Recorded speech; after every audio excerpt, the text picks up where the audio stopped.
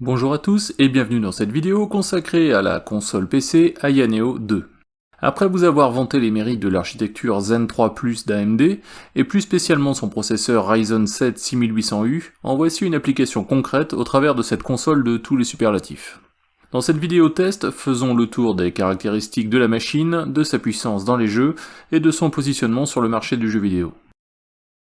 Le précurseur dans ce domaine des consoles PC, c'est incontestablement le Steam Deck. Même si le constructeur chinois GPD et quelques autres se sont déjà essayés à cet exercice, c'est véritablement Valve qui a démocratisé ce genre de machine au début de l'année 2022.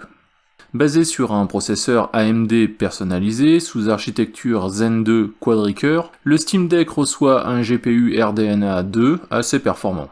3 modèles sont proposés à la vente, de 64 Go avec de la mémoire eMMC à 512 Go en SSD MVNE, et les prix s'échelonnent de 419 à 679 € au moment où j'écris ces lignes.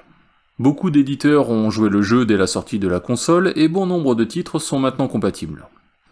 Aussi bon soit-il, ce Steam Deck a tout de même un défaut majeur selon moi, celui de tourner sous Linux, et plus précisément SteamOS, et non sous Windows. Même si la plupart des jeux AAA sont aujourd'hui portés sur l'OS au pingouin, cela limite grandement la découverte de jeux indépendants, souvent développés pour l'OS de Microsoft, sans parler de tous les logiciels utilitaires. Aujourd'hui, Valve a fait des envieux et bon nombre de machines commencent à voir le jour. Celle dont je veux vous parler aujourd'hui est issue d'un financement participatif sur Indiegogo qui a commencé au cours de l'année 2022. La console est proposée en 2 coloris principaux, noir ou blanc, et 2 variantes nommées Biduck, aux couleurs du canard en plastique jaune, et Retro Power légèrement crème avec des gâchettes kaki que je ne trouve pas du plus bel effet personnellement. Au niveau prix, il y en a pour tous les goûts là aussi, même s'ils sont tous supérieurs à ce que propose Valve avec son Steam Deck. Ces prix dépendent de la quantité de RAM embarquée, qui varie de 16 à 32 Go, et de la capacité de stockage de 512 Go à 2 Teraoctets avec un SSD MVNE. Ces capacités bien supérieures au Steam Deck expliquent en partie le prix de la bête.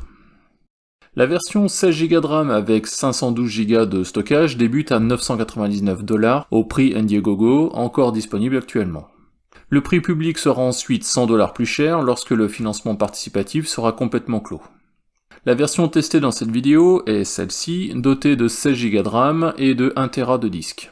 La version la plus onéreuse culmine à 1499 $, auquel il conviendra d'ajouter les frais de douane lors de l'importation. Oui, c'est cher, très cher même par rapport au Steam Deck.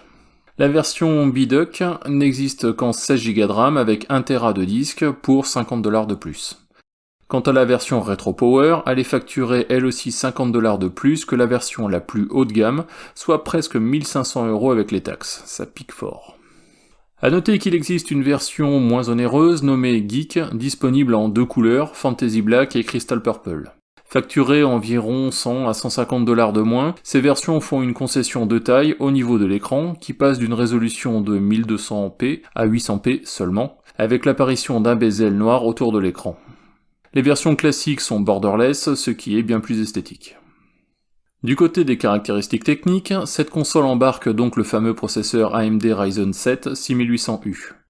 Il s'agit d'un processeur 8 cœurs 16 threads, cadencé à 2,7 GHz avec un boost à 4,7. Le gros avantage de ce processeur, c'est sa puissance, ou TDP, ajustable de 4 à 28 watts. Sur ce genre d'appareil mobile, il va donc être possible de faire varier la consommation d'énergie et donc d'économiser de la batterie dans les jeux peu gourmands. Nous verrons cela juste après. Ce processeur est épaulé par une puce graphique sur base de Radeon 680M et là aussi les performances sont à l'avenant. Sans atteindre la performance d'une carte graphique dédiée, nous allons voir dans les tests de jeu qu'elle tient largement la route et soutient la comparaison.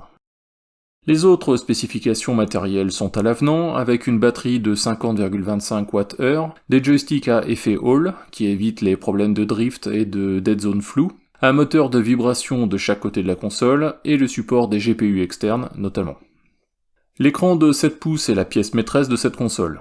Affichant une résolution de 1200p, sans bordure, il est protégé par un verre trempé couvrant toute la surface de la console. Très proche du rendu de l'OLED, il s'agit toutefois d'un écran IPS. 7 pouces, c'est pour moi la bonne taille pour une console portable. Pour vous donner une idée, c'est un peu plus grand que la Switch classique, qui mesure 6,2 pouces, et de la même taille qu'une Switch OLED ou que son concurrent, le Steam Deck. La boîte respire la qualité, avec des motifs en surimpression, qu'il est assez difficile de présenter sur une vidéo.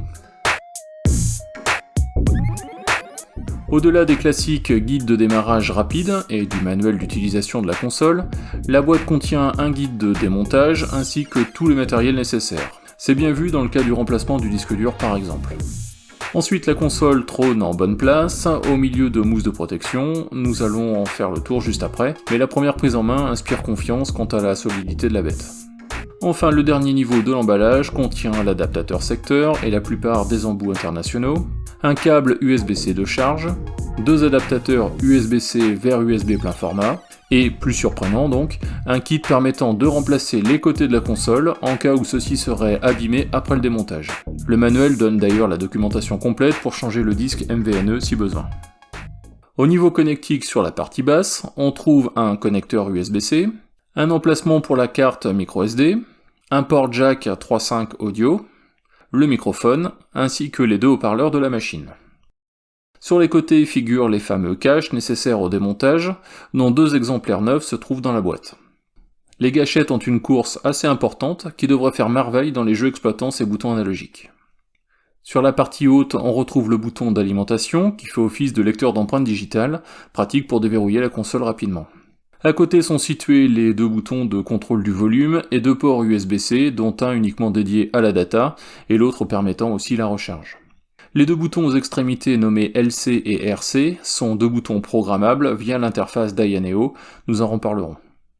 Les joysticks paraissent de bonne facture, mais nous verrons cela en jeu, tandis que les boutons à membrane émettent un clic bien présent mais pas désagréable, et qui respirent eux aussi la qualité. En dessous du stick droit figurent les 2 boutons propriétaires programmables, nous allons voir cela juste après dans la partie logicielle.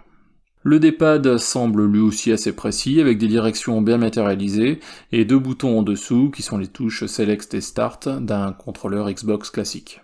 À l'arrière, on retrouve la grille du dissipateur thermique. Nous verrons là encore à l'usage si la console peut faire office de sèche-cheveux ou si elle sait se montrer discrète. Cette console est livrée avec Windows 11 qu'il conviendra de finir de paramétrer à la sortie de la boîte. Pour cela, rien de particulier puisqu'il s'agit de se connecter avec un compte Microsoft et de répondre aux traditionnelles questions de confidentialité. Le Windows 11 installé est en tout point similaire à une version de bureau, si ce n'est de cette surcouche Ayaneo, accessible avec le bouton de droite. Pour l'anecdote, cette surcouche s'est mise à jour lors de l'installation de ma console et a rebooté en langue chinoise. J'ai passé quelques minutes à retrouver l'anglais. Ce volet est accessible à tout moment en jeu ou sous Windows et permet d'ajuster les paramètres de base de la console, comme le volume, la luminosité, mais surtout le fameux TDP, c'est-à-dire la puissance du processeur. Des raccourcis permettent de faire un lien vers n'importe quelle application installée sur la console, pratique.